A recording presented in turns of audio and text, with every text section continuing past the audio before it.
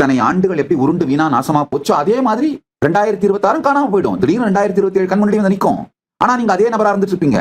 நான் என்னுடைய கைலாசவாசிகளுக்கு திரும்ப திரும்ப சொல்லுவாப்பா, தப்பு பண்ணாம வாழ முடியாதுப்பா, ஆனா ஒரே தப்பு பண்ணாமலாவது இருங்கப்பா. ஏன்னா ஒரே தப்பு பண்றாங்கனால என்ன அர்த்தம்னா அதுக்கு கூட யோசிக்கிற தயாரா இல்ல. கிரியேட்டிவிட்டி இல்லாம ஸ்டக் ஆகி கிடக்கிற, ஸ்டாக்னன்ட் ஆகி கிடக்கிறவன் ரொம்ப ஈனத்தனமான சீப் த்ரில்ஸ்ல ஸ்டக் ஆகிருப்பானுங்கய்யா. நான் பார்த்துருக்கேன் இந்த வீடியோ கேம். என்ன சீப்பான த்ரில் அதெல்லாம்.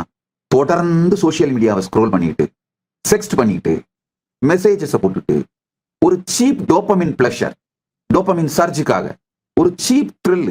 இப்படியே லைஃப் கழிஞ்சிருங்கயா.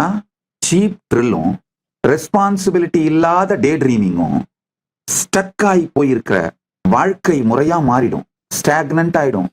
முதல்ல உங்க கோல்ஸை எழுதணும். அந்த கோல்ஸுக்கு உங்களுடைய எனர்ஜியை அதுல தான் போக்கஸ் பண்ணணும்.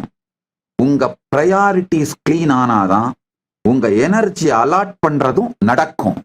அதாவது முதல்ல உங்களுடைய வாழ்க்கையோட நோக்கம், விஷன், அதோட போக்கு, மிஷன், ப்ரையாரிட்டிஸ், உடனடியா செய்ய வேண்டிய செயல்கள், இது உங்க வாழ்க்கையோட ஒவ்வொரு துறைக்கும் கிளியர் ஆனா மட்டும்தான் வாழ்க்கை வாழ துவங்குவீர்கள். அது மனசுல எல்லாம் எழுதி வச்சீங்கன்னா 1000 மெசேஜோட இது ஒண்ணு போயிரும், காணாம போயிரும். எழுதி வைக்கணும். மனசுல எழுதுறது தண்ணியில எழுதுறதை விட மோசமானது. சுனாமி வர்ற கடல்ல எழுதுறதுக்கு சமம் உங்க மனசுல எழுதி வைக்கிறது. என் மைண்ட்ல திங்க் பண்ணி நோட் பண்ணி வச்சுப்பேன் சாமி, தருதரமே.